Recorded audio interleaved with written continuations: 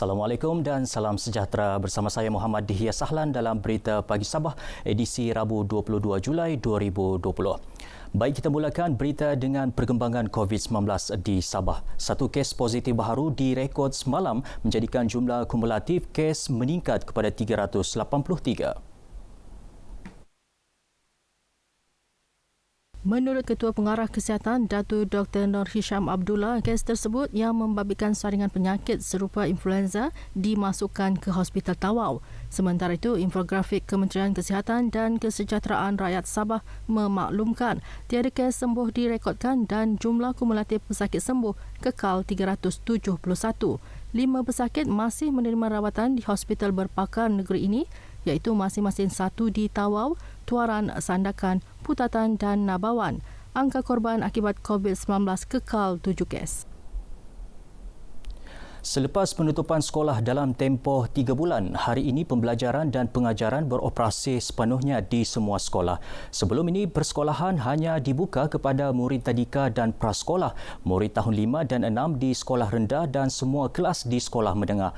Sekolah kebangsaan sembulan antara sekolah di Sabah yang akan menyambut kehadiran lebih 600 murid melibatkan tahun 1 hingga 4. Butiran lanjut bersama Salih Jikrim.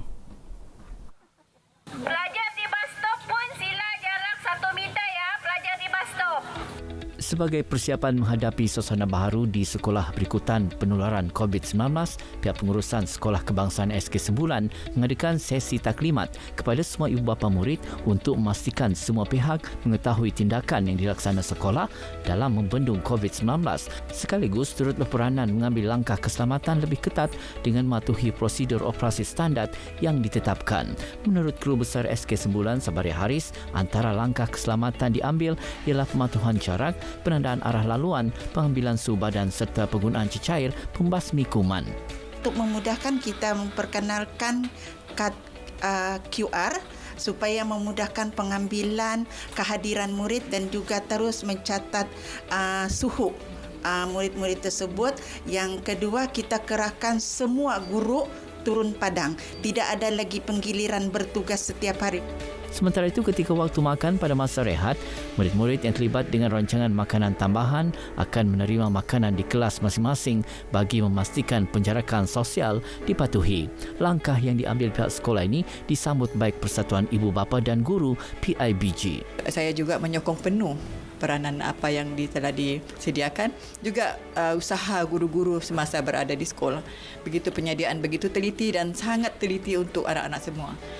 Secara keseluruhan, SK Sembulan punya 1,211 pelajar rangkumi prasekolah hingga tahun 6, membabitkan 35 kelas dengan 84 guru bertugas.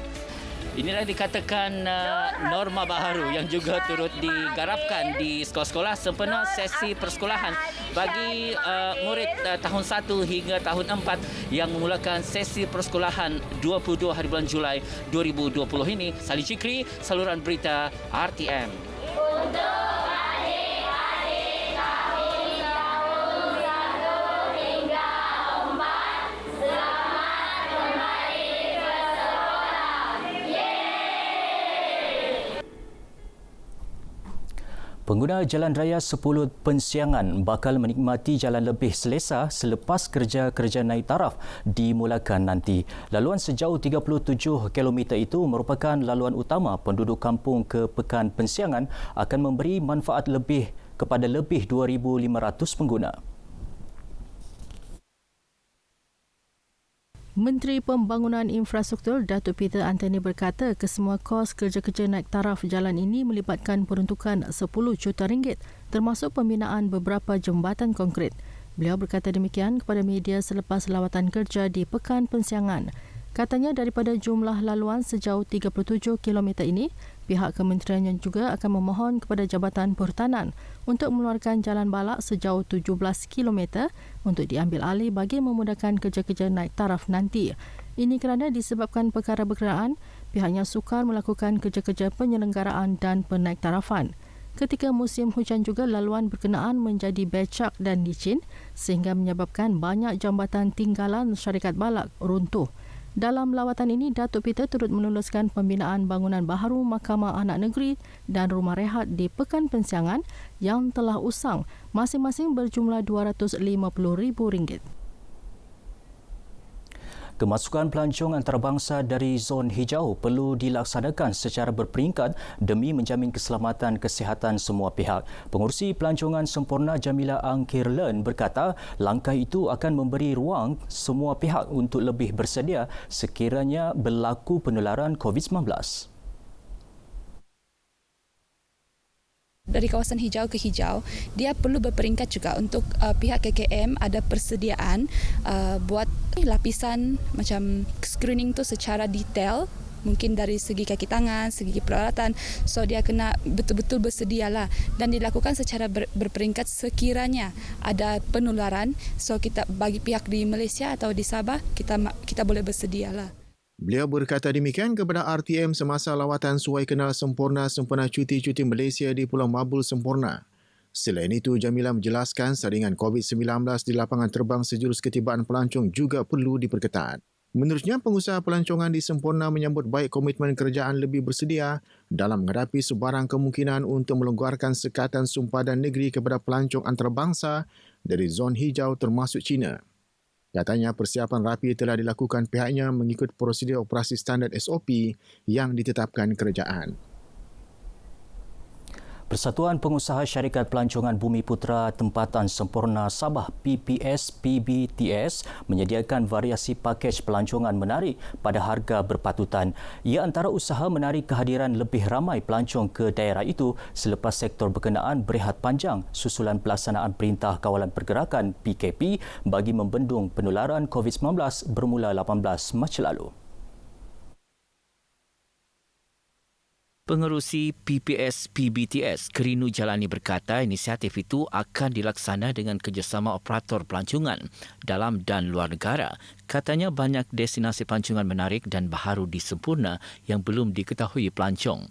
Kita perkenalkan lami-lami dan latuk-latuk itu. Bila matahari terbit awal pagi, nampak dari laut, dasar laut naik terus. Bila bulan mengambang, bulan terang pun begitu juga. Dari laut dia keluar. Jadi itu satu tarikan kepada para pelancong. Beliau yang juga pengerusi Koperasi North Borneo Sempurna Berhad berkata demikian kepada RTM semasa lawatan suai kenal sempurna sempena cuti-cuti Malaysia di Pulau Mabul. PPS-PBTS dianggotai 13 buah syarikat pelancongan Bumi Putra sekitar Sempurna yang turut menawarkan potongan harga antara 20 hingga 80% kepada pelancong domestik. Sementara itu, menurut salah seorang pengusaha pelancongan, Dato' Edmund Law, soal keselamatan tidak perlu dipersoal kerana kehadiran pasukan keselamatan daripada Polis Diraja Malaysia PDRM dan Angkatan Tentera Malaysia ATM yang sentiasa bersiap siaga di sekitar kepulauan daerah itu menjamin kehadiran pelancong yang ingin melakukan pelbagai aktiviti pelancongan. Kejar-mengejar antara polis dan 3 suspek berakhir dengan penangkapan selepas kenderaan dinaiki suspek terbabas. 3 suspek lelaki tempatan berumur lingkungan 21 hingga 44 tahun terbabit dipercayai memiliki dan mengambil dadah. Bercakap kepada media di Kota Kinabalu, Ketua Polis Daerah Kota Kinabalu ACP Habibi Majinji memaklumkan hasil pemeriksaan di kereta suspek, polis menemui 1 paket dadah jenis syabu. Di antara salah seorang suspek itu mempunyai 16 rekod jenayah, yang mana 16 rekod jenayah ini adalah terdiri pada kes-kes dadah dan kes indeks iaitu pecah rumah dan samun. Selain itu, suspek yang lain mempunyai 8 kes dan 3 kes juga. SCP Habibi berkata suspek juga memandu dalam keadaan melulu tanpa menghiraukan keselamatan. Ya, tindakan Pantas Jabatan Bomba dan Penyelamat Malaysia Lahad Datu respon terhadap 143 panggilan berjaya menyelamatkan harta benda lebih 1.6 juta ringgit sejak Januari tahun ini. Daripada 143 panggilan diterima, 44 panggilan melibatkan operasi memadam kebakaran struktur bangunan dan kebakaran kenderaan. Sementara itu, bagi tempoh sama taksiran kerugian yang direkodkan melebihi 1.2 juta ringgit. Ketua Balai Bomba dan Penyelamat BBP Lahadatu, Sumsua Rashid, yang dihubungi RTM beritahu panggilan kecemasan itu turut membabitkan 64 panggilan operasi penyelamatan, 34 panggilan tugas-tugas khas serta 1 panggilan palsu. Dalam pada itu katanya, tiada kematian dan kecederaan dilaporkan dalam operasi memadam kebakaran, manakala dalam operasi menyelamat 8 maut, 5 lagi cedera, manakala seorang berjaya diselamatkan. Dalam perkembangan lain, menurut Sumsua, BBP Lahadatu yang juga bertindak sebagai barisan hadapan ketika penularan pandemik COVID-19 membantu dalam melakukan kerja-kerja sanitasi demi keselamatan dan kesejahteraan masyarakat. Setakat ini, pihaknya melaksana kerja-kerja sanitasi di 34 premis kerajaan, swasta dan kawasan lain. Kementerian Perdagangan Dalam Negeri dan Hal Ehwal Pengguna KPDN HAP Lahadatu mengeluarkan kompaun berjumlah RM12,600 melibatkan pelbagai kesalahan yang merekodkan lebih RM15,000 nilai rampasan bagi tempoh Januari hingga Isnin lalu. Kesemua kompaun melibatkan 56 kes hasil pemeriksaan di 3,029 premis perniagaan sekitar Lahadatu. Ketika dihubungi RTM, Ketua Cawangan KPDN HAP Lahadatu Budiman Muhammad Hassan berkata, kesalahan paling tinggi dicatat di bawah Akta Kawalan Harga dan Anti Pencatutan 2011 iaitu 28 kes, diikuti Akta Timbang Sukat 1972 20 kes, 7 kes Akta Kawalan Bekalan 1961 dan 1 kes Akta Perihal Dagangan 2011. Beliau menegaskan KPDN HAP Lahadatu memandang serius perkara tersebut dan mengingatkan peniaga agar patuh undang-undang yang dikuatkuasakan bagi mengelak dikenakan tindakan tegas. Dalam kes berasingan, Budiman berkata, KPDN HAP Lahadatu turut merampas 272 kg minyak masak paket hasil serbuan terhadap sebuah premis runcit di Taman Aman 3 pada 13 Julai lalu. Pemilik premis dapati melakukan kesalahan di bawah Peraturan 10-1 Peraturan-Peraturan Kawalan Bekalan 1974 iaitu memiliki barang kawalan melebihi had yang dibenarkan dalam lesen. Siasatan lanjut berkenaan rampasan itu masih dijalankan. Ya, umat Islam di Sabah diingatkan agar sentiasa mematuhi prosedur operasi standard SOP yang ditetapkan terutama menjelang sambutan Hari Raya Aidiladha tahun ini. Pematuhan terhadap SOP yang dilaksana membantu negara terus berjuang memutuskan rantaian COVID-19. Mufti Negeri Datuk Bungsu Aziz Jaafar berkata tiada halangan kepada umat Islam di negeri ini melakukan pelbagai aktiviti keagamaan seperti menunaikan solat Hari Raya Aidiladha termasuk melakukan ibadah korban, namun dalam masa sama perlu mengekalkan kesederhanaan serta menjaga kesihatan diri dan keluarga. Beliau ditemui pemberita RTM selepas Majlis Ru'yah Hilal Zulhijjah 1451 Hijrah 2020 Masihi bagi negeri Sabah di Tanjung Dumpil, Putatan. Majlis cerapan yang bermula 6.35 petang hingga 7.14 malam ini dijayakan Pejabat Mufti Negeri, Jabatan Ukur dan Pemetaan Malaysia, Jabatan Tanah dan Ukur serta Persatuan Pencerap Bintang atau Stargazer Negeri Sabah. Sekian berita pagi Sabah. Saudara, budayakan norma baharu. Pandemik COVID-19 belum berakhir. Saya Muhammad Dihya Sahlan. Assalamualaikum dan salam sejahtera.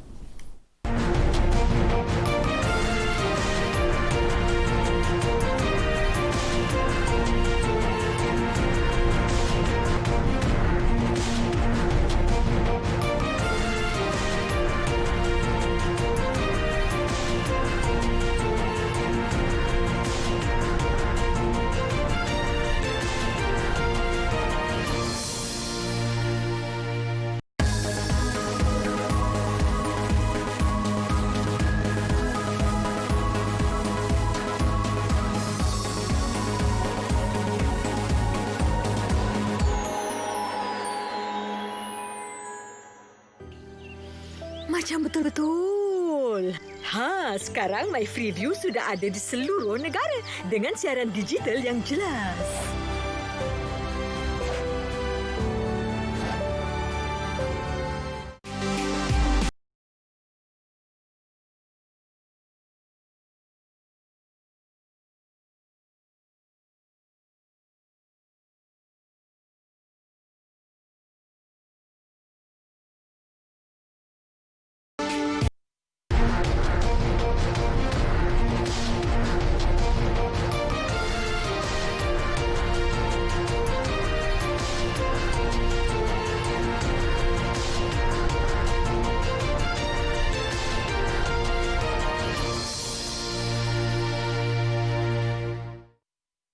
Selamat pagi dan salam hormat.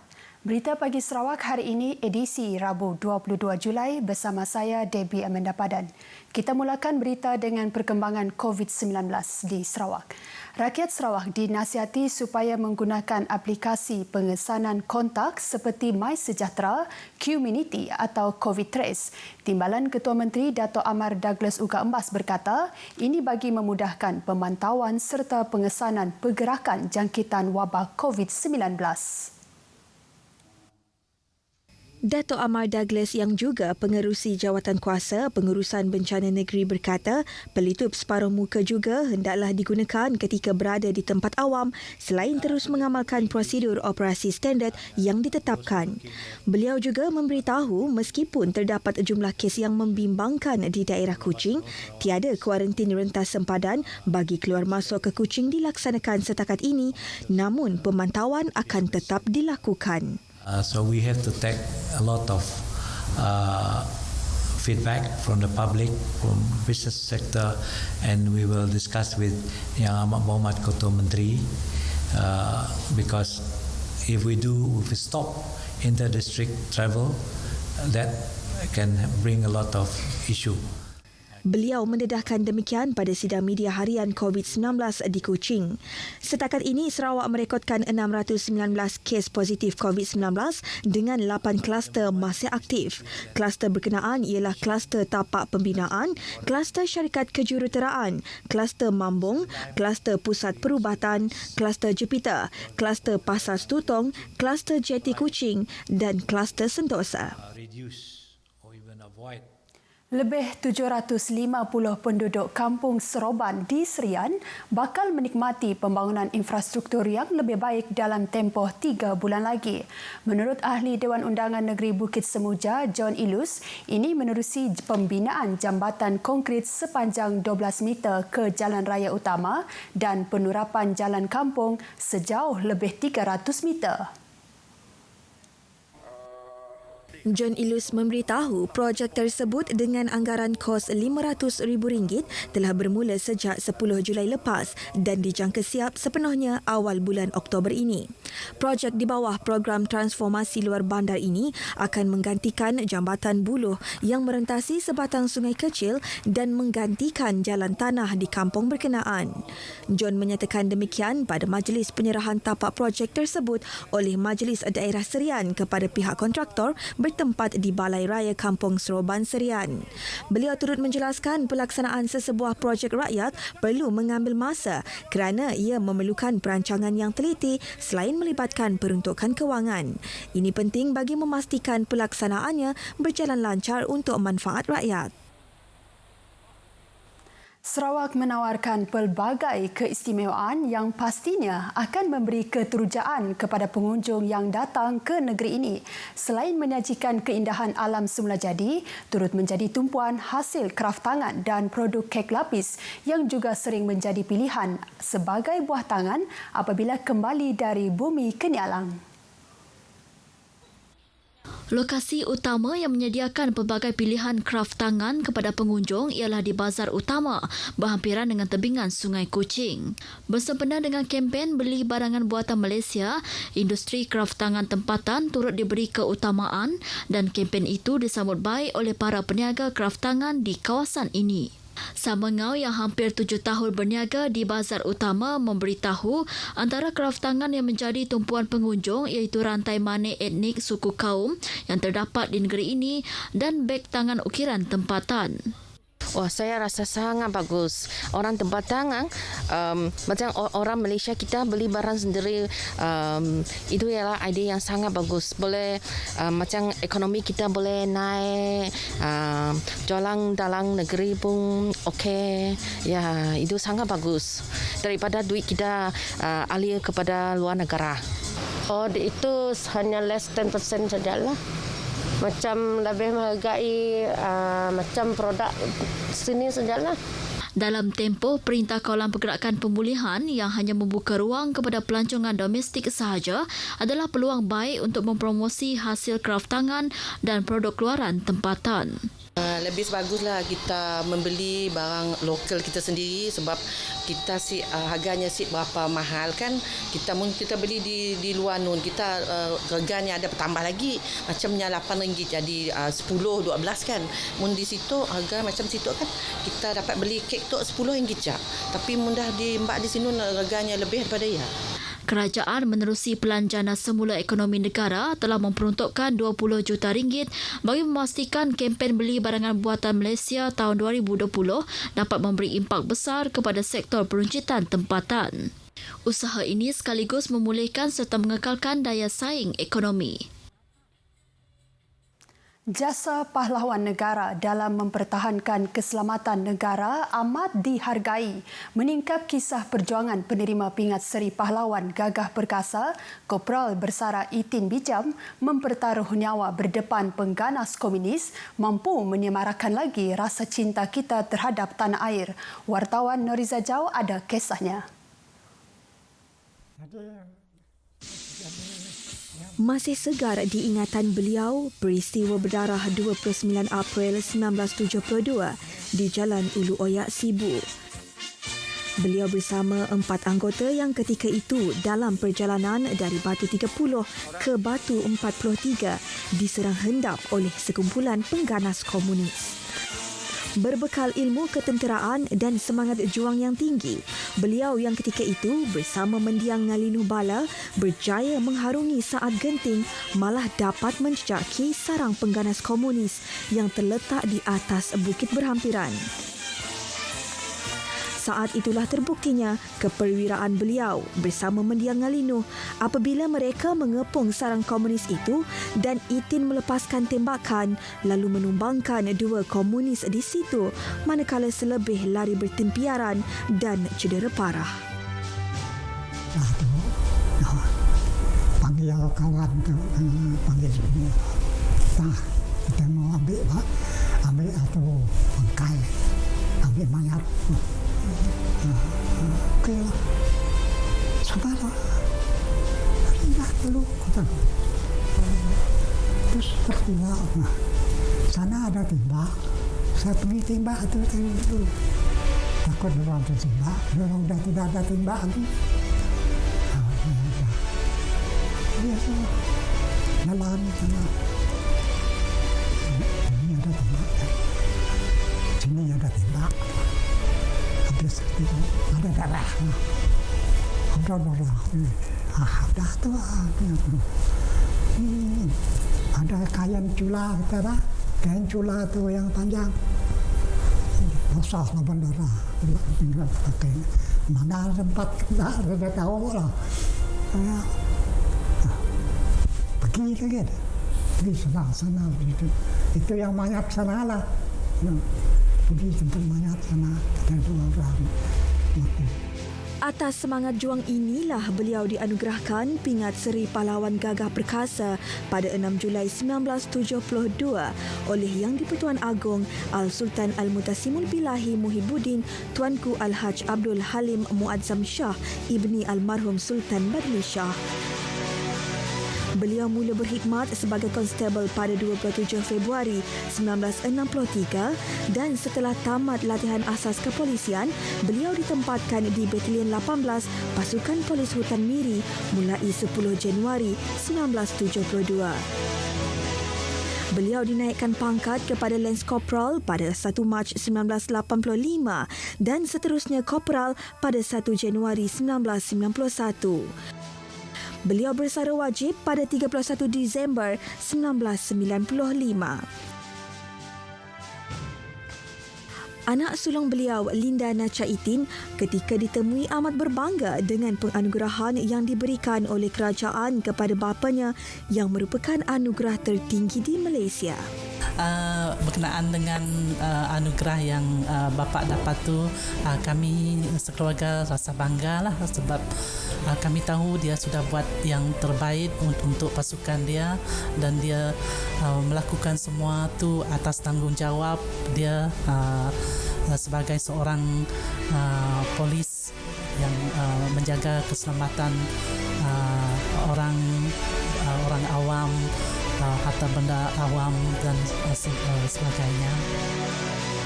Linda yang mewakili keluarga besar mereka menzahirkan rasa gembira dan bersyukur kerana kini kisah mengenai bapanya telah diketahui umum dalam mempertahankan keamanan dan keharmonian negara sehingga mendapat pengiktirafan tertinggi daripada kerajaan.